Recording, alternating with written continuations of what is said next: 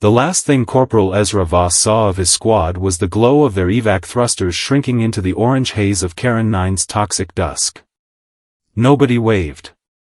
Nobody radioed an apology. The Coalition dropship just left, like a bad date sneaking out before the check arrived. "Cool," Voss said to the empty ridge line. "Cool, cool, cool.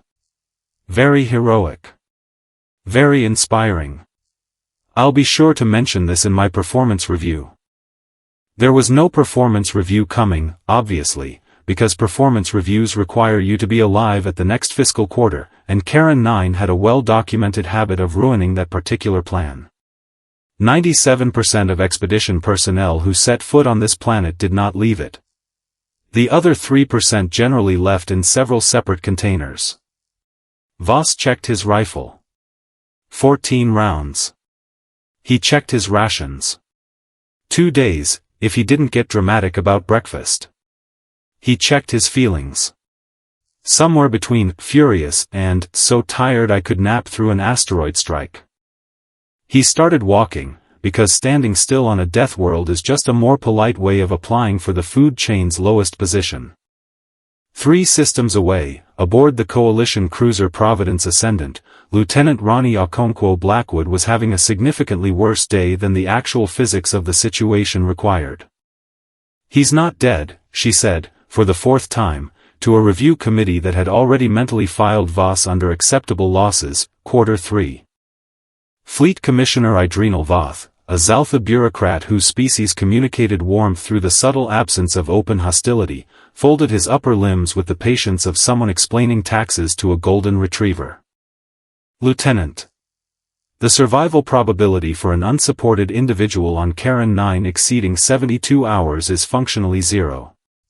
Continuing search operations would be, and I say this with tremendous professional respect, a waste of a very expensive shuttle." "He's the most stubborn person I've ever met," Ronnie said. "He once won an argument with a vending machine. That is not a survival skill. You'd be surprised. They wrote him off anyway."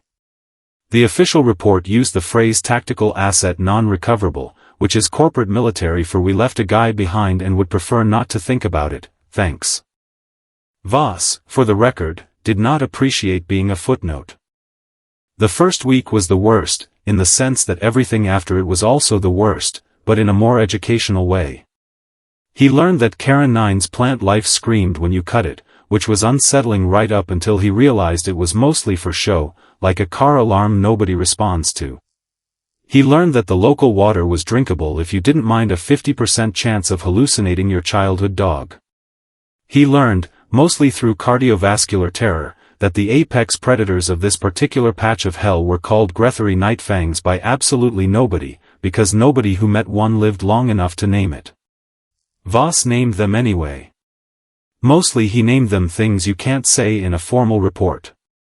They were roughly the size of a delivery truck, if the delivery truck had 6 legs, obsidian black chitin plating, and a face that looked like evolution had designed a shark, then a wolf, then decided neither was frightening enough and combined them out of spite.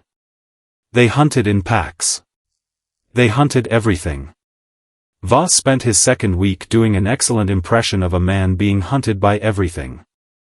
On day 19, he did something monumentally stupid, which, in his defense, was really just Tuesday for him at that point.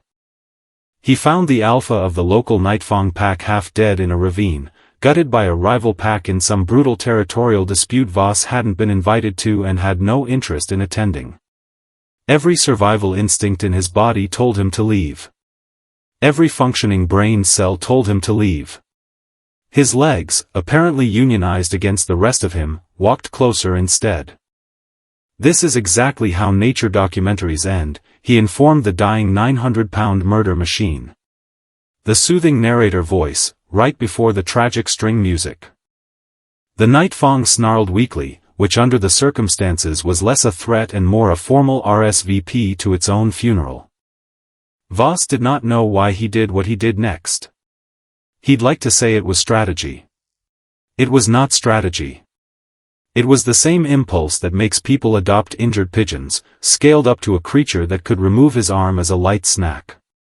He used the last of his med kit, the good stuff, the stuff meant for him, and packed the wound, and sat there through the night talking to it in a low, steady voice because apparently that's what you do when you've decided, against all reason, that the apex predator is now your problem.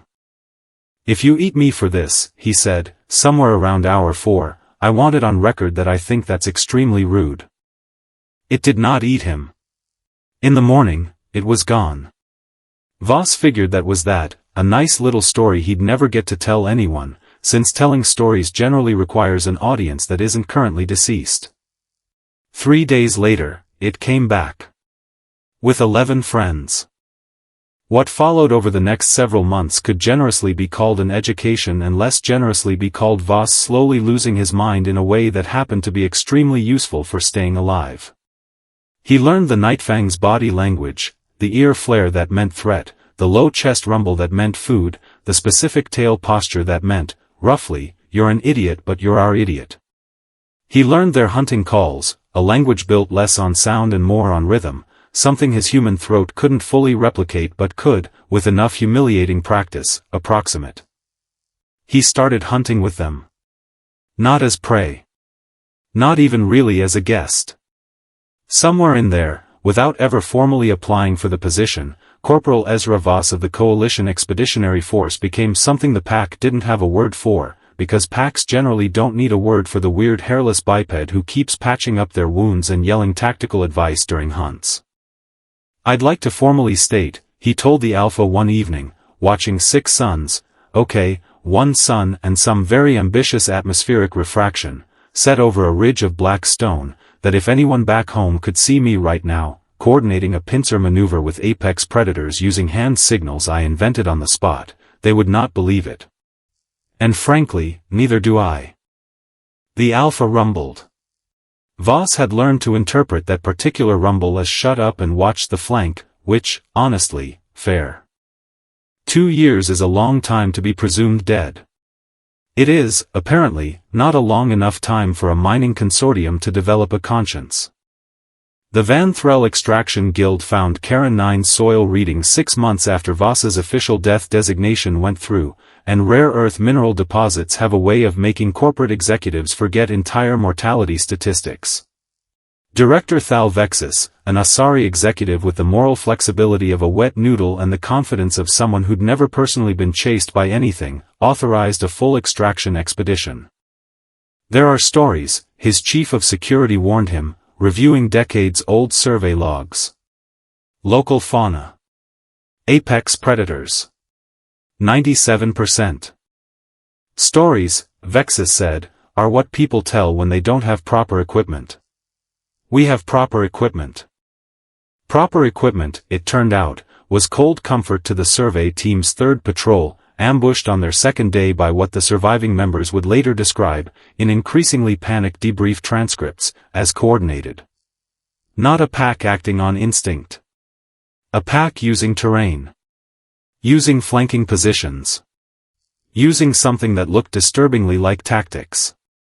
Ronnie Okonkwo Blackwood, now a captain and attached to the expedition as an oversight officer specifically because she'd spent 2 years lobbying for exactly this mission, was on that patrol. She'd fought for this deployment through 11 denied requisitions and 1 memorable shouting match with Commissioner Voth, all in the increasingly quiet hope of finding out what had actually happened to the stubborn idiot who'd once out-argued a vending machine. She was not expecting the pack to part like a curtain. She was not expecting a man to step out from between 2 900-pound predators, dressed in cured hide and salvaged plating, hair a wild mess, a scar tracing 1 cheekbone, eyes doing a very particular calculation that took her a second to recognize as "Are you actually here or did I finally lose it?" "Ronnie," Voss said, in a voice like gravel that hadn't spoken his own language in months. "You're late. Also, tell your guys to stop shooting near my friend's territory, it's rude." Nobody moved. Somewhere behind her, a junior security officer made a sound like a kettle.